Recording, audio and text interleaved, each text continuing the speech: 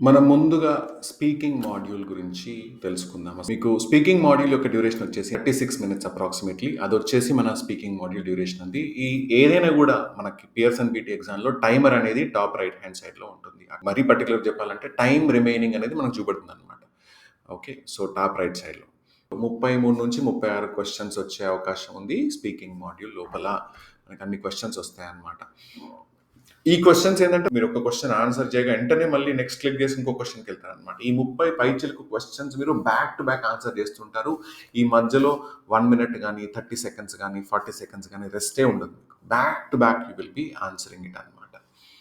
స్పీకింగ్‌లో మనకి 7 రకాల క్వెషన్స్ ఉంటాయి. బట్ ఒక డమ్మీ క్వెషన్ ఉంటుంది. దాని పేరు వచ్చేసి ఏంటంటే పర్సనల్ ఇంట్రొడక్షన్. దాని ద్వారా మీకు ఏ స్కోరు ఇవ్వడం జరగదు. అందుకే దాన్ని నేను ఒక ఫార్మాలిటీ క్వెషన్ అంటాను. అందుకే 1+7 అని రాసాను. స్పీకింగ్‌లోకి వెళ్ళే ముందు పర్సనల్ ఇంట్రొడక్షన్ వస్తుంది. అది మీ గురించి మీరు మాట్లాడతారు. మీ పేరేంటి? మీరు ఎక్కడి నుంచి? మీరు ఎందుకు పీటీ రాస్తున్నారు? హింట్స్ ఇస్తారు కొన్ని వీటి గురించి మాట్లాడమని. మీరు ఒక 30 సెకండ్స్ మాట్లాడితే సరిపోతుంది. బట్ నేనేం రికమెండ్ చేస్తానంటే ఎవరైనా పియర్సన్ పీటీ రాసేవాళ్ళు పర్సనల్ ఇంట్రొడక్షన్‌ని యూజ్ చేసుకుంటే అదొక ట్రయల్ క్వెషన్ లాగా పనికొస్తుంది. కొద్దిగా వాళ్ళ భయాన్ని గాని, వాళ్ళకున్న కొద్ది యాంగ్జైటీని గాని పోగొడుతుందనమాట. ఎందుకంటే వాళ్ళ ఇష్టం వచ్చినట్టు మాట్లాడొచ్చు దానిలో. వాళ్ళ గురించి మాట్లాడడం వల్ల, కంఫర్టబుల్‌గా మాట్లాడడం వల్ల కొద్దిగా ఓపెన్ అప్ అయిపోయి స్పీకింగ్ బాగా చేసే అవకాశం ఉంటుంది కాబట్టి పర్సనల్ ఇంట్రొడక్షన్‌ని వాడుకోండి మీ అడ్వాంటేజ్‌కి.